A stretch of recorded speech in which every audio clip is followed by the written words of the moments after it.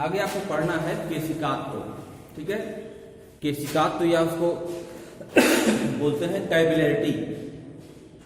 Capillarity या केशिकात्व क्या है और दैनिक जीवन में इसका क्या उपयोग है, इसके बारे में आपको जानना है। ठीक है, केशिकात्व क्या है।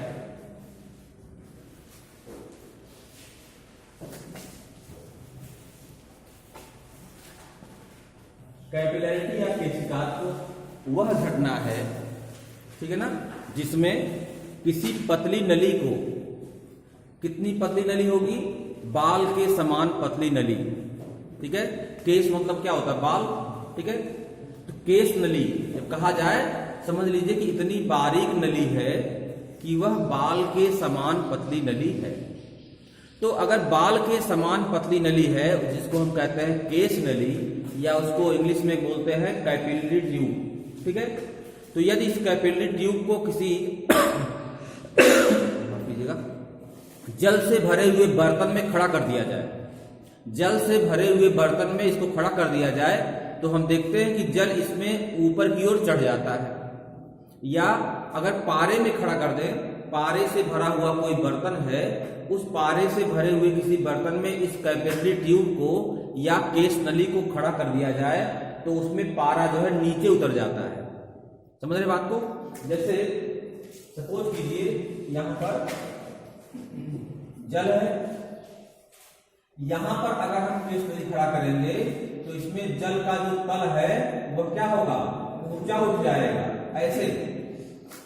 और अगर इसी के स्थान पर क्या है, पारा है, पारा ऐसी धातु है जो कांच के पृष्ठ को नहीं भी होती है। ठीक है ना, तो यहां पर अगर हम इस केश नली को खड़ा कर देंगे तो इसमें पारे का जो तल है वो सामान्य लेवल से नीचे उतर आएगा, ऐसे हो जाएगा। ठीक है, तो किसी केश नली, इसका रीजन क्या है अभी समझेंगे हम लोग। किसी केश नली को, ठीक है, जब किसी द्रव में खड़ा किया जाता है तो उस द्रव के ऊपर चढ़ने या नीचे उतरने की जो घटना होती है, इसी को हम कहते हैं केशिकात्व। इसी का नाम क्या है, केशिकात्व या कैपिलैरिटी है। ठीक है, तो केशिकात्व या कैपिलैरिटी किसी द्रव की वह घटना है जिसमें उस द्रव में केश नली को खड़ा करने पर द्रव या तो ऊपर चढ़ जाता है और या तो नीचे की तरफ उतर जाता है। ठीक है, इसका पहले आपको एग्जाम्पल बता दूं। एग्जाम्पल इसका ध्यान दीजिए। जैसे किसान खेतों को, ठीक है, जल विहीन होने से बचने के लिए क्या करते हैं, जुताई कर देते हैं, है ना। जैसे खेत काफी दिन तक ऐसे पड़ा हुआ है तो आप उसको सामान्य भाषा में कहते हैं खेत जो है वो ठनक जाएगा। ठनक जाएगा मतलब खेत जो है वो ऊसर हो जाएगा, बंजर हो जाएगा। क्यों? क्योंकि जब मिट्टी काफी दिनों तक दबी रहती है तो उसमें बाल के समान पतली पतली नलियां बन जाती हैं, जिससे वाष्पन के माध्यम से जो जल है वह ऊपर मिट्टी की सतह पर आकर के वाष्पित होता रहता है। तो जब नीचे का जो जल है ऊपर आकर वाष्पित होता रहेगा तो नीचे की नमी सूख जाएगी। सामान्य अवस्था में पहले तो वाष्पन क्या होता है, ऊपरी सतह से होता है, लेकिन जब काफी दिनों तक खेत की जुताई नहीं होती है तो नीचे का जो जल होता है वह भी ऊपर उन केश नलियों के माध्यम से चढ़ता रहता है और ऊपर जाने के बाद वह वाष्पित हो जाता है। ठीक है, तो अंदर तक नमी की कमी हो जाती है, अंदर तक पानी की कमी हो जाती है और उस अवस्था में क्या होता है, खेत आपका सूख जाता है। इससे बचाव करना होता है तो जुताई कर देते हैं। किसान क्या करते हैं, खेतों की जुताई कर देते हैं, तो इससे क्या होता है कि जो केश नलियां होती टूट जाती हैं, तो फिर जो है जो वाष्पन होगा वह ऊपरी सतह से होगा। समझ रहे हैं ना। फिर केश नलियों को बनने में काफी टाइम लगता है, काफी दिनों तक जो है मिट्टी, पानी बरसेगा तो दबेगी मिट्टी, फिर उसके बाद काफी दिन तक पड़ी रहेगी, तब केश नलियां बनती हैं। तो उन्हीं केश नलियों को तोड़ने के लिए ही किसान खेतों की जुताई कर देते हैं। ठीक है, दूसरे एग्जाम्पल में आ जाइए। बहुत सारे एग्जाम्पल है। लालटेन में जो मिट्टी का तेल होता है, वह जो लालटेन की बत्ती होती है उसमें बनी हुई बारीक केश नलियों के माध्यम से ही चढ़ता है। ऐसा जो है वो कॉटन में यानी रुई में भी होता है। कोई भी दीपक जल रहा हो उसमें क्या होता है, तेल जो है ऊपर तरफ चढ़ता रहता है, तेल जलता रहता है, बत्ती थोड़ी जलती है। बत्ती नहीं जलती, वो तेल जलता है, और वो तेल नीचे से ऊपर चढ़ता है। कैसे? कोई रास्ता होना चाहिए चढ़ने के लिए, ठीक है। तो जितने भी कॉटन पदार्थ होते हैं, सूती पदार्थ होते हैं, उसमें बहुत बारीक बारीक नलियां रहती हैं, जिसके थ्रू होता हुआ जो तेल होता है वह ऊपर पहुंचता रहता है और वो जलता रहता है, ठीक है। तो लालटेन हो या लैंप हो, इन सब में मिट्टी के तेल जो हल्के द्रव होते हैं वही चढ़ सकते हैं। मिट्टी के का जो तेल होता है वह ऊपर की ओर चढ़ता रहता है और वो जलता रहता है। तौलिए का जो एक सिरा है, अगर आप भिगो देते हैं तो देखते हैं धीरे धीरे क्या होता है, दूसरा सिरा भी भीग जाता है, क्योंकि तौलिए में जो बारीक नलियां होती हैं, केश नली, वह ऊपर की तरफ जो है वो जल को उठाती रहती है और जल काफी देर तक ऊपर तरफ चढ़ता रहता है, ठीक है। केश नलियों की भांति ही आपको पता है कि जड़ जो होती है, जड़ वो मिट्टी में रहती है, वो जल का अवशोषण करती है, खनिज पदार्थों का अवशोषण करती है और उस जल की मात्रा को ऊपर कहां तक पहुंचाती है? पत्तियों तक, शाखाओं तक, टहनियों तक पहुंचाती है। वहां पर कार्बन प्रकाश संश्लेषण क्रिया होती है और भोजन बनता है। समझ रहे बात को? तो जाइलम और फ्लोएम जो होते हैं यह बारीक नलियों की ही भांति होते हैं, ठीक है, जिससे कि ऊपर जाकर के अन्य शाखाओं तक, टहनियों तक जल का संचरण होता रहता है, ठीक है।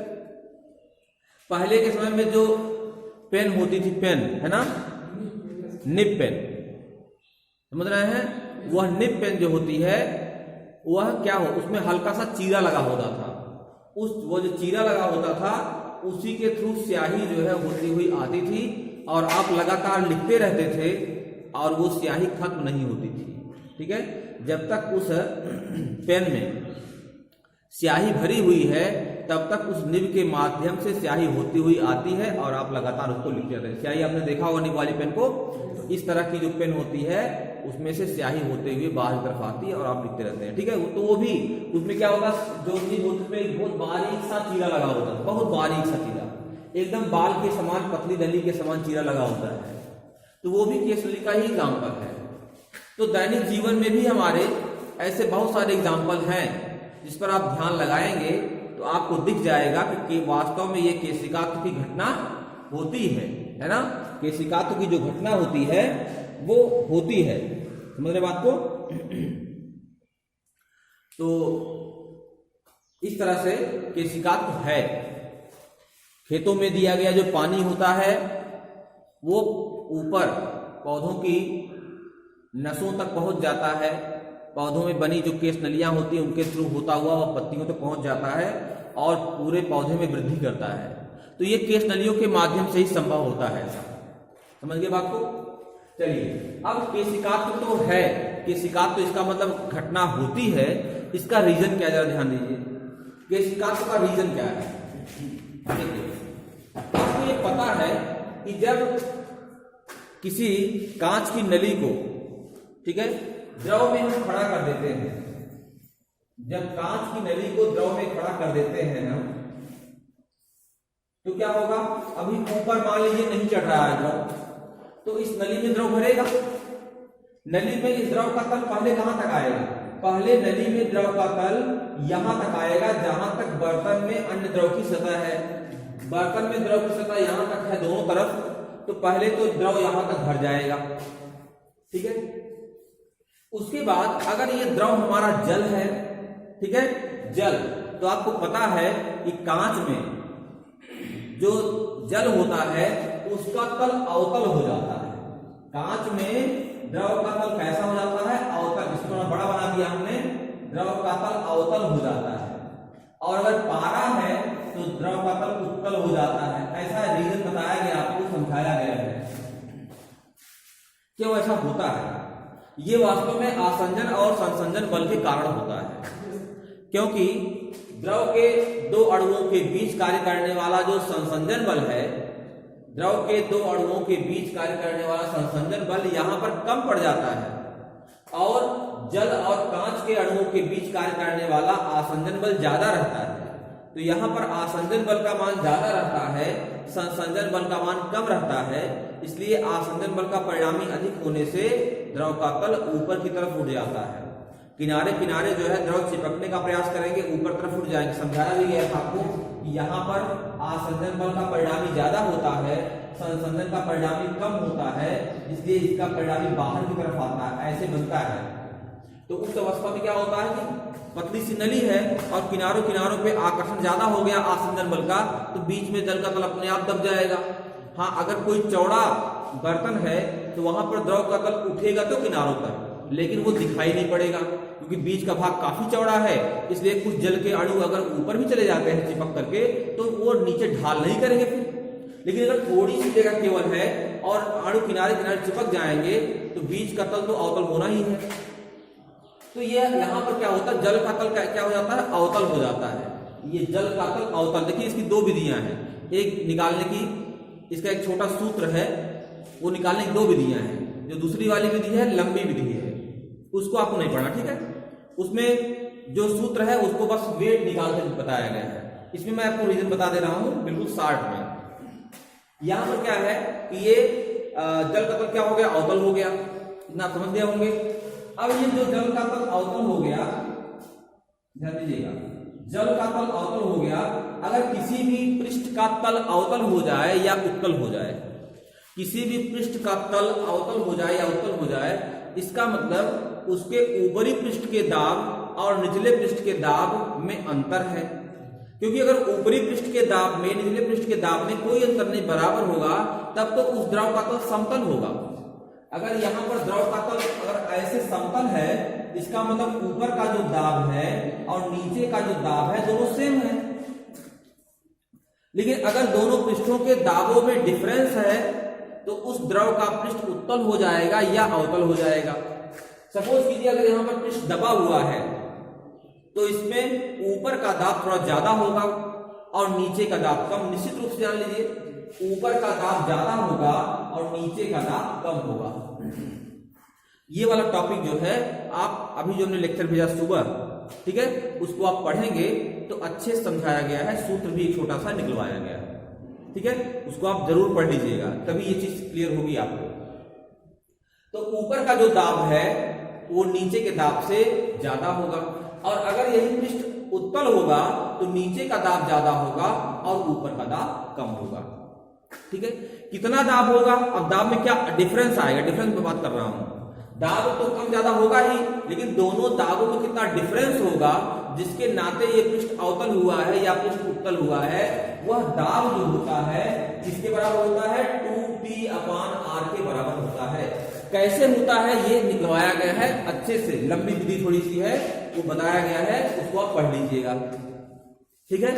P = 2T/r है क्या, P = 2T/r किसी द्रव के दोनों पृष्ठों के बीच दाबांतर है, ठीक है ना। जैसे जल की एक छोटी बूंद है, गोलाकार रहती है, अब वो चपटी नहीं हो रही है, जल की बूंद चपटी नहीं हो रही है, गोलाकार बनी हुई है, इसका मतलब अंदर से प्रेशर कुछ लग रहा है ना, जिसके नाते वो दबने नहीं पा रही है। तो उसमें अंदर के प्रेशर में और बाहर के प्रेशर में डिफरेंस आएगा। अंदर का प्रेशर जाहिर सी बात है ज्यादा होगा, उभरा पृष्ठ है तो अंदर का प्रेशर ज्यादा होगा, दबा पृष्ठ है तो बाहर का प्रेशर ज्यादा होगा। तो अंदर और बाहर के पृष्ठों में जो दाबांतर है वो दाबांतर कितना होता है, 2T/r होता है। और अगर दो पृष्ठ हैं, दो पृष्ठ का मतलब क्या हुआ, जैसे जल का बुलबुला है वायु में बना हुआ है, जल का बुलबुला वायु में बना हुआ है, अगर अंदर और बाहर एक ही माध्यम है, अगर अंदर और बाहर एक माध्यम है तब वहां पर दो पृष्ठ माने जाते हैं। लेकिन यहां पर क्या है, इसमें एक ही पृष्ठ है, अगर ये फैलेगा तो केवल एक ही पृष्ठ फैलेगा, नीचे तो जल है, नीचे कहां फैलेगा, ठीक है ना।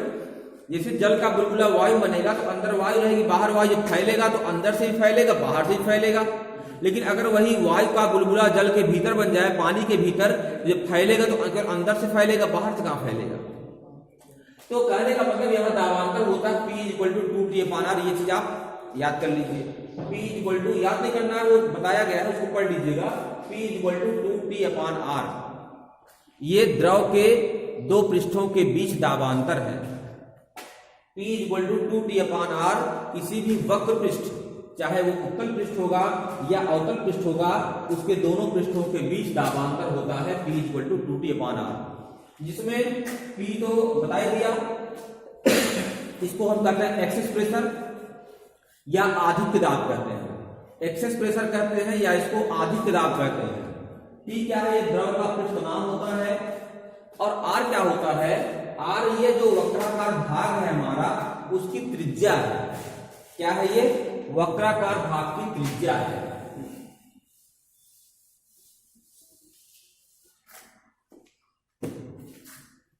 देखिए ऐसे हमने इसको द्रव का तल ऐसे कर लिया, अवतल हो गया। तो अगर हम इसको ऐसे गोला ऐसे पूरा करेंगे, ध्यान दीजिएगा, ऐसे गोला पूरा करेंगे तो गोला बनेगा क्या?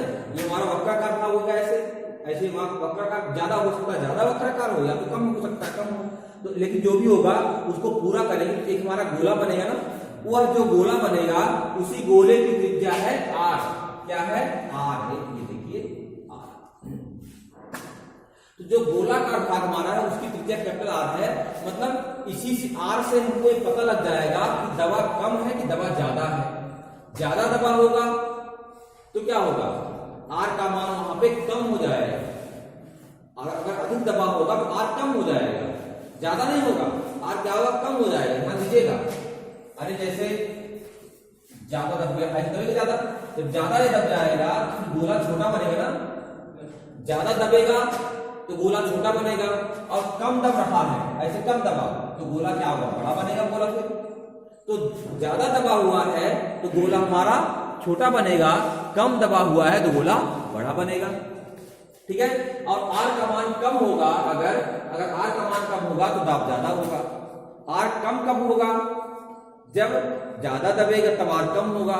इसका मतलब अगर अधिक दबाव हुआ है तो प्रेशर ज्यादा है, सिंपल सी बात है। अधिक दबाव है तो प्रेशर ज्यादा है, कम दबाव है तो प्रेशर कम।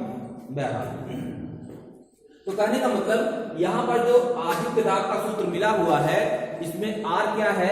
इसमें R है जो वक्राकार भाग है, उस वक्राकार भाग की त्रिज्या है। समझ रहे बात को? तो इस वक्राकार भाग की त्रिज्या हो गई R। इतना ठीक क्लियर हो गया बात को?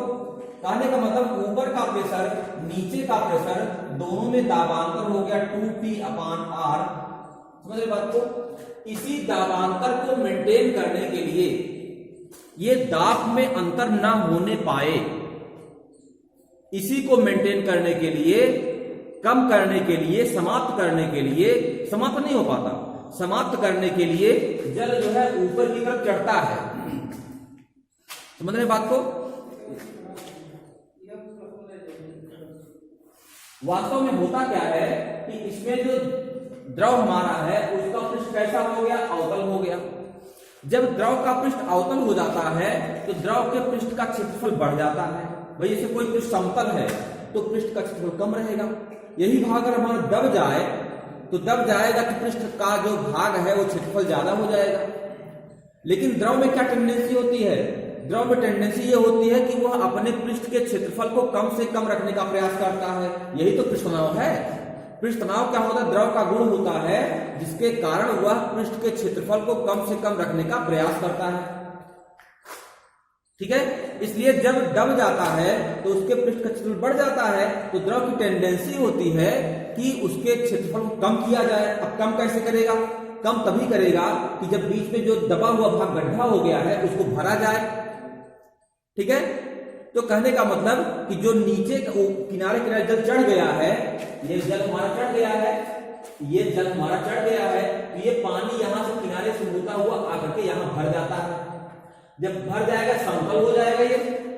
लेकिन जब समतल हो गया तो आसंजन बल ज्यादा होता है, तो किनारे किनारे जो जल वाले अणु है वो कांच की दीवार से चिपकने का प्रयास करेंगे, तो फिर किनारे किनारे जल के अणु क्या करेंगे? चढ़ जाएंगे। फिर तल इसका अवतल हो जाएगा। जब फिर तल अवतल हो जाएगा, जल की टेंडेंसी रहेगी क्षेत्रफल कम किया जाए। क्षेत्रफल कम कैसे करेगा? ये फिर किनारे वाला जल घूम करके इसी बीच में आ जाएगा, गड्ढे में आ जाएगा, फिर उसको बराबर कर देगा। तो ये क्रिया चलती रहती है। आसंजन बल के नाते जो जल के अणु है वो कांच की दीवारों की तरफ खींचते हैं और उस तल को अवतल कर देते हैं, और जो जल का तनाव बल होता है, पृष्ठ तनाव होता है, वो क्या करता है, उसको फिर भरने का प्रयास करता है। तो इसी चक्कर में क्या होता है कि बार बार द्रव का तल भरता रहता है, अवतल होता रहता है, भरता है, अवतल होता है, और इस तरह से जो नीचे वाला पानी है वो उठता रहता है। समझ रहे हैं, ये नीचे का पानी उठता रहता है। और ये कब तक चलता है, ये तब तक चलता है जब तक यह जो एक्सेस प्रेशर है, अधिक दाब है, जब तक ये अधिक दाब हमारा बना हुआ है और ये एक्सेस प्रेशर हमारा जब तक इस नली में चढ़े हुए द्रव के भार के बराबर नहीं हो जाता। मान लीजिए द्रव जो है वह यच ऊंचाई तक चढ़ा, तो यच ऊंचाई तक चढ़ेगा तो यच ऊंचाई तक द्रव का जो दाब है कितना होगा, आपको पता है द्रव दाब का फार्मूला P = होता है H ρ G। H ऊंचाई तक किसी नली में भरे हुए द्रव दाब का फार्मूला होता है H ρ G। तो जब तक ये हमारा जो एक्सेस प्रेशर है, अधिक दाब है, जब तक यह नली में चढ़े हुए द्रव के दाब के बराबर अर्थात H ρ G के बराबर नहीं हो जाता, तब तक ये क्रिया चलती रहती है। अर्थात 2P/R = H ρ G का पालन जब तक नहीं हो जाता तब तक ये क्रिया चलती है। अंत में क्या होता है, द्रव का तल अब भी अवतल रह जाता है। द्रव का तल तो अवतल रहना ही रहना है, लेकिन अब ये क्षमता नहीं है कि नीचे के पानी को ऊपर उठा सके, तो वहीं पर ये घटना बंद हो जाती है। ठीक है, तो कहने का मतलब कि द्रव के दोनों पृष्ठों के बीच दाबांतर 2P/R को बैलेंस करने के लिए, नियंत्रित करने के लिए क्या होता है, इस नली में द्रव का तल ऊंचा उठता रहता है। एक शब्द में अगर एक सेंटेंस पूछा जाए कि द्रव का तल क्यों उठता है, तो द्रव का तल नली में भरे हुए द्रव के अवतल पृष्ठ के दोनों सिरों के बीच दाबांतर P = 2P/R को बैलेंस या नियंत्रित करने के लिए लगातार चढ़ता रहता है। और यह क्रिया तब तक चलती रहती है जब तक इस अधिक दाब का मान 2T/R का मान नली में चढ़े हुए द्रव के दाब के बराबर नहीं हो जाता। तो 2T/R = हो जाएगा H ρ G, या T = हो जाएगा RH ρ G / 2। RH ρ G / 2। समझे बात को? इसको सूत्र को आप नोट कर सकते हैं। 2T/R = इतना हो गया, या ये हो जाएगा T = RH ρ G / 2 हो जाएगा। ठीक है, अच्छा, यहाँ कैपिटल R भी है, अब इसको याद रखिएगा, आप कैपिटल R है ये, इसको हम कन्वर्ट कर रहे हैं अभी, ध्यान दीजिएगा।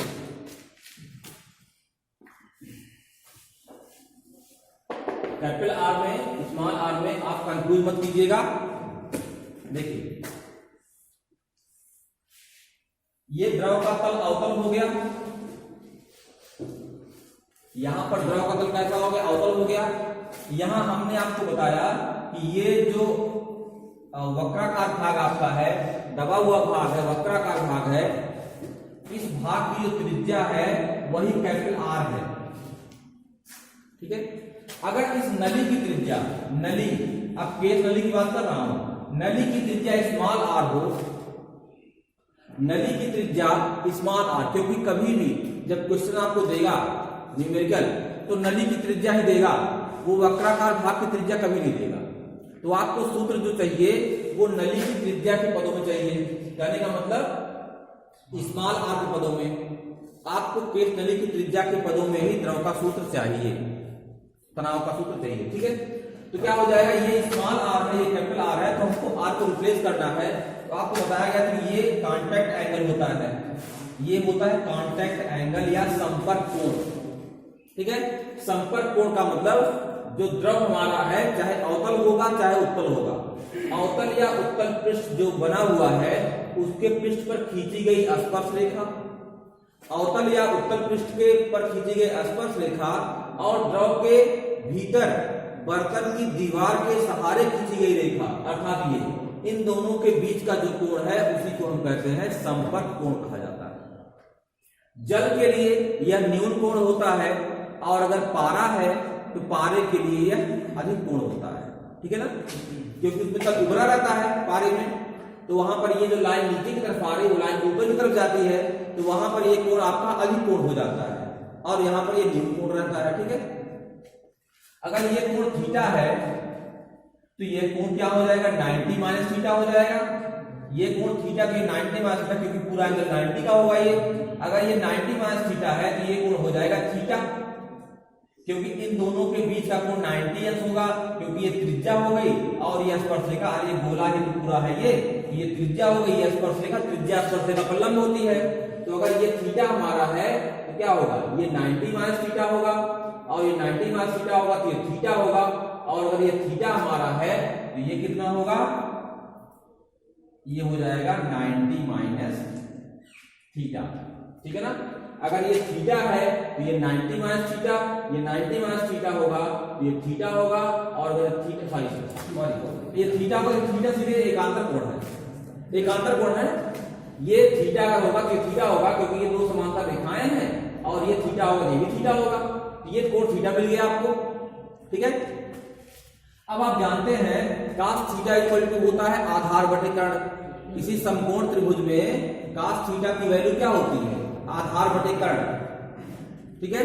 तो यहां पर जो त्रिभुज बना हुआ है, इस त्रिभुज में क्या है, ये लंब है, इस कोण के लिए कोण आप यही लेंगे तो कोण के सामने वाली भुजा लंब होती है, सबसे बड़ी भुजा कर्ण होती है, और जो आपका ये आधार होगा, तो आधार होगा, कर्ण होगा और लंब होगा ये। तो cos थीटा इक्वल टू होता है आधार बटे कर्ण, तो हो जाएगा cos थीटा इक्वल टू आधार स्मॉल r बटे कर्ण कैपिटल R, ठीक है।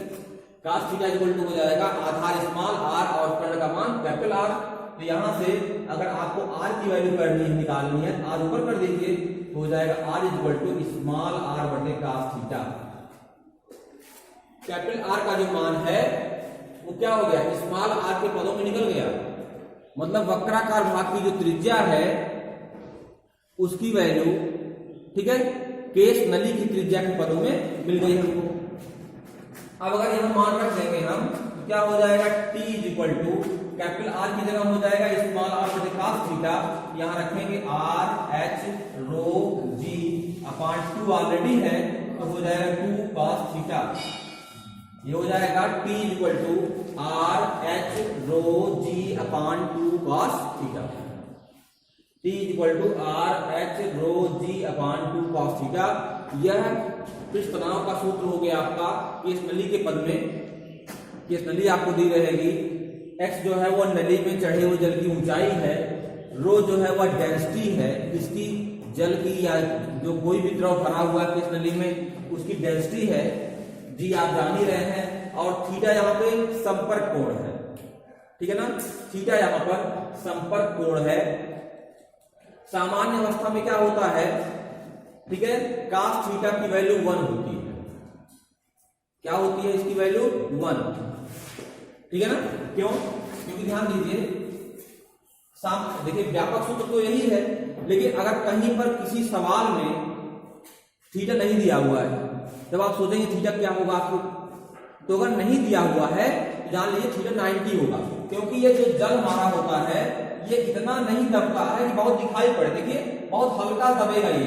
तो यहाँ पर स्पर्श रेखा खींचेंगे, ये कोण, तो ये कोण जो है लगभग 80 अंश 85 अंश 75 अंश के ऊपर ही होगा, या बहुत कम हल्का दबेगा, मान लीजिए थोड़ी चौड़ी नली होगी हल्का दबेगा, अगर नली पतली है थोड़ा ज्यादा दबेगा, और अगर नली थोड़ी मोटी है तो कम दबेगा, तो कम दबेगा, तो ये स्पर्श रेखा जो है लगभग किनारे से जाएगी, तो ये कोण जो होगा ये 90 तो नहीं हो सकता, 90 तो कभी नहीं होगा, भी कुछ दबेगा ही, लेकिन 90 से थोड़ा ही कम होगा, 88 अंश होगा, 85 होगा, 89 होगा, 83 होगा, मतलब 80 के ऊपर ही जाएगा, 85 के ऊपर जाएगा। तो आप उसको क्या कर सकते हैं, लगभग 90 मान सकते हैं। और cos 90 की वैल्यू कितनी होती है, cos 90 की वैल्यू कितनी होती है, यहाँ पे cos 90 0 होता है ना, नहीं काम गड़बड़ हो रहा है, थीटा की वैल्यू यहाँ पे 0 नहीं, यहाँ पे cos थीटा अगर है आपका, तो संपर्क कोण का मान जो है, संपर्क कोण की वैल्यू जो है यहाँ पे, ये थीटा है आपका, ये अगर थीटा होगा तो इसकी वैल्यू cos 0 होने पर होगी ना। ये सूत्र आपका बनता है T equal to R H rho G divide by 2, ये सूत्र बनता है। और ये सूत्र तब बनता है जब cos थीटा की वैल्यू क्या रहेगी, cos थीटा की वैल्यू 1 रहेगी, और cos की वैल्यू 1 रहेगी, इसका मतलब थीटा इक्वल टू क्या होगा, जीरो होगा ना, थीटा जीरो होने पर ही ये मान 1 बनेगा आपका, समझ रहे हैं ना, थीटा होने पर ही इसका मान बनेगा शुद्ध जल के लिए। हाँ, शुद्ध जल व कांच के लिए, ठीक ठीक। ये मान हमेशा नहीं रहेगा, यहां पर एक कंडीशन लगी है, शुद्ध जल व कांच, अगर कोई इम्प्योरिटी नहीं मिली हुई है तब शुद्ध जल व कांच के लिए थीटा की वैल्यू 0 होती है। ठीक है, इसको आप नोट कर सकते हैं, शुद्ध जल व कांच के लिए मतलब थीटा जो होता है इसकी वैल्यू क्या होती है, 0 होती है, वो जरा भी नहीं दबता है। ठीक है, शुद्ध जल अगर है और कांच है तो वो जरा भी नहीं दबेगा, वहां पर थीटा की वैल्यू क्या होगी, 0 होगी। ठीक है, जब नहीं दबेगा थीटा की वैल्यू 0 होगी। अगर नहीं दब रहा है तो अक्सर ऐसा होता नहीं है, लेकिन अगर क्वेश्चन में इस तरह नहीं दिया हुआ है थीटा की वैल्यू, तो इसका मतलब दब रहा है या नहीं दब रहा है आपको जानकारी नहीं है, तो आप वहां मानेंगे कि जल का तल दब नहीं रहा है, तो उस अवस्था में थीटा का मान 0 हो जाएगा और cos 0 की वैल्यू क्या हो जाएगी, 1। T इक्वल टू क्या हो जाएगा, RH-ρg/2। ठीक है, तो ये सूत्र जो है आपका प्रयोग में आप इसको ला सकते हैं। ठीक है, इसमें थोड़ा सा आपको और बता दें,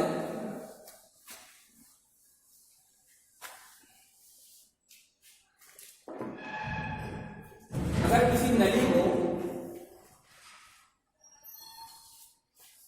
किसी द्रव में, ये आपका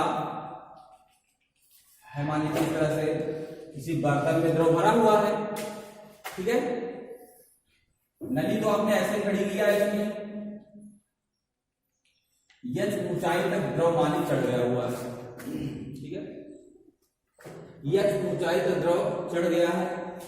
अगर इसी द्रव में इसी नली को, ठीक है, तिरछा कर दें, ऐसे तिरछा अगर ऐसे कर दिया जाए तो नली में जो तिरछा द्रव चढ़ेगा, ऐसे इस तिरछे चढ़े द्रव की ऊंचाई अगर h डैश हो, क्या हो जाए, h डैश, समझ रहे बात को, h डैश हो जाए। ये बात हुई। अच्छा, और ये ऊंचाई क्या होगी, ये ऊंचाई तो अब भी h रहेगी, लेकिन नली को आप द्रव में तिरछा कर देंगे तो नली में चढ़े द्रव की जो ऊर्ध्वाधर ऊंचाई है उसमें कोई परिवर्तन नहीं होगा, उसमें कोई परिवर्तन नहीं होगा। अगर एक ही बेस पे, एक ही आधार पे कई बर्तन हो, कोई चौड़े मुख वाला हो, कोई छोटे मुख वाला हो, कोई शंक्वाकार हो, है ना, तो जिस भी आकार के बर्तन रहेंगे उसमें द्रव का जो तल है वो ऊर्ध्वाधर ऊंचाई जो होगी सबकी वो एक बराबर होगी। तो यहां पर क्या है, तिरछा आपने कर दिया, इसमें नली में द्रव जो है थोड़ा ऊंचा चढ़ेगा जरूर है, लेकिन ऊर्ध्वाधर ऊंचाई जो द्रव की रहेगी वो उतनी ही रहेगी जितनी पहले थी।